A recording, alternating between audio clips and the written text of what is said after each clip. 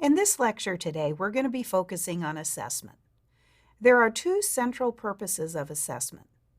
One is to reach an understanding about what brings individuals and family members to partner with you in a change process. How do you get individuals and family members to share their experiences and their challenges in a way that you, as a social work professional, can engage them in a change process? The second part is to look at constructing collaborative plans to work on these challenges identified through this process. There are three common assessment approaches that we're going to cover today. The first one is the biopsychosocial spiritual perspective. The second will be the problem-based approach.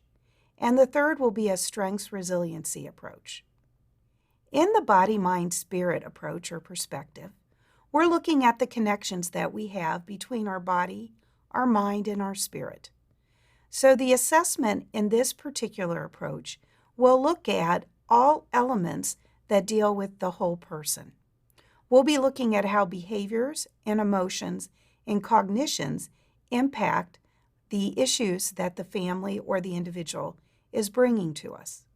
We're going to be looking at relationships that people have with their extended family, with their community, with their work environments or their school environments.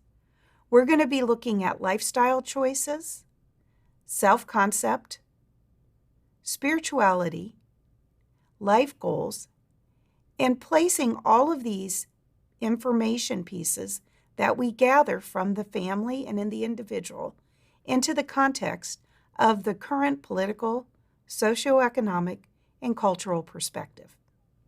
So when you're using this approach, you're saying that the whole person is the most important and that you need to understand the connections between the body, mind, and spirit before you move forward with developing a plan of action. One of the ways to help you gather this type of information is to do an autobiographical timeline with the individual. For example, in this case, we have someone who is sharing their autobiographical timeline by talking about different elements that were important to them or change points in their lives.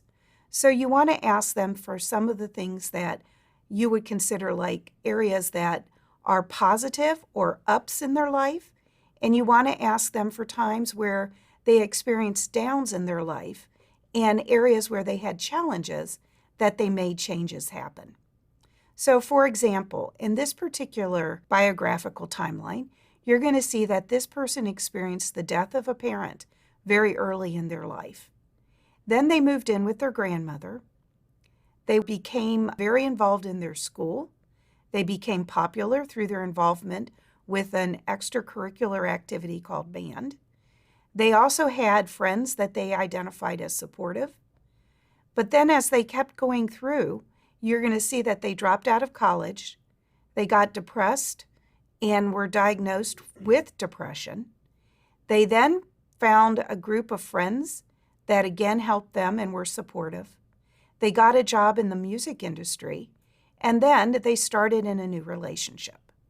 So when you look at an autobiographical timeline, you're seeing different time points where the individual has identified change has happened. These time points were identified by the individual, and by having them do this, you get a sense of what were important areas in their lives and where they saw new skills that they needed to develop and also new challenges that they had. You also get a sense of when they've been successful and how they've resolved prior problems that may still influence their work today. Questions that help facilitate making sense and meaning out of timelines is to ask people to attach what is important about these life experiences, asking them questions like, looking back, how do you perceive this experience? What made it important to you? What were some of the things that you learned? What were your takeaways? Is there any change in the way that you look at this experience now? In what ways have you made sense of this experience? What was the most valuable part of it? Was there any change in your values or shifts in your life aspirations based on these experiences? What new meanings do you have in your life based on having these different events occur in the past? And finally, how have these experiences made you a stronger, better, different person? So what you're saying to the individual or the family that you're working with that's helping you to develop these timelines is that all of these aspects are connected to what's happening today. So by understanding these connections, you may better plan an action that will maybe help them to resolve the challenges or the goals that they have for entering into work with you as a social worker. Problem-based assessments are another way that we oftentimes gather information. The first way we talked about was more focused on generally collecting a range of information around different aspects of the person's life in order to understand what's currently going on.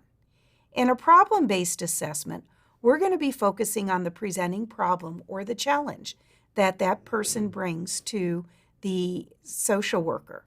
So we call this oftentimes multidimensional functioning assessments.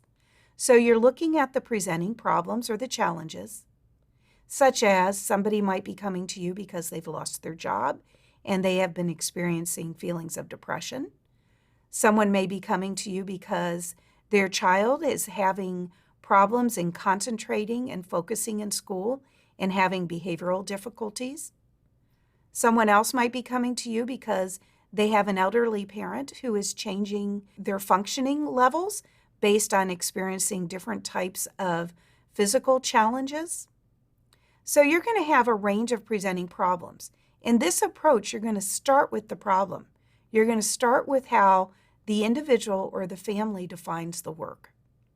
You want to acknowledge this as their primary concern, and you want to understand step by step what went on and how to look at defining outcomes.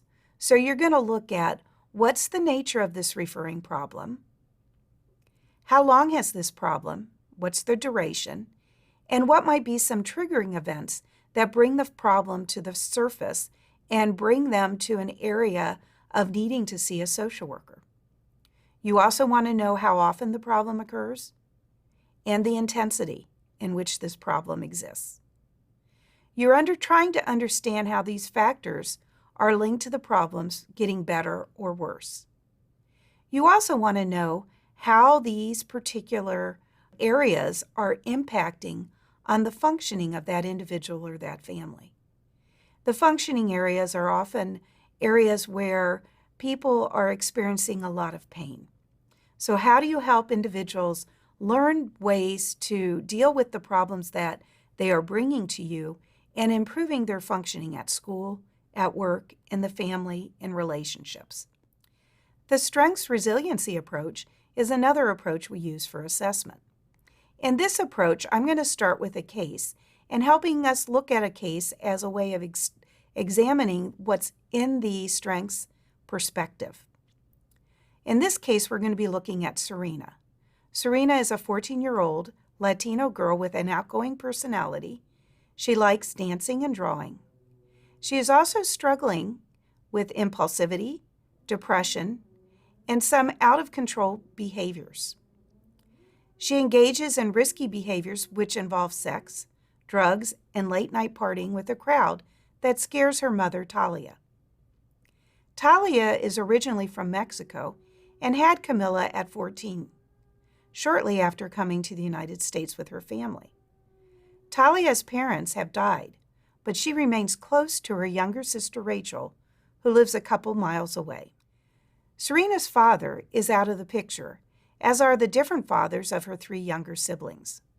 One of her younger siblings has a chronic illness that requires frequent visits to the hospital. The family lives in a poor urban neighborhood.